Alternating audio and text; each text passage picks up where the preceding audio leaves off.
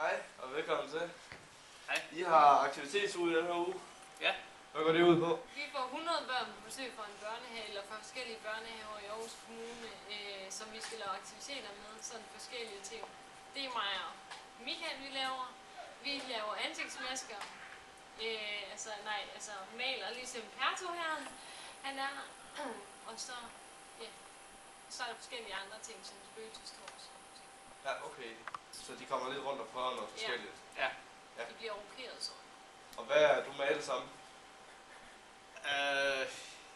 Jeg ved det faktisk ikke. Ninja månemand. Ninja månemand. Ja, åbenbart. Så det er fantasi, der har været inde og spille over her. Ja, det er det i hvert fald. Yes. Jamen, har I nogle pædagogiske overvejelser omkring det her? Ja. Altså, jeg tænker lidt, at vi har snakket lidt om, at det skal være kreativt, fordi at så børnene de er også lidt med på, hvad de gerne vil være, og hvilke nogle farver de og sådan noget, de gerne vil bruge. Ja. Der er vel også noget socialt i det. Ja. De er sammen med deres kammerater, og altså, de viser hinanden, at de gerne vil male. Og det er jo egentlig også sjovt, når alle 100 børn render rundt med maling i ansigtet. Jeg tror, at det vi synes, det er lidt sjovt. Er det alle 100 børn, I skal male?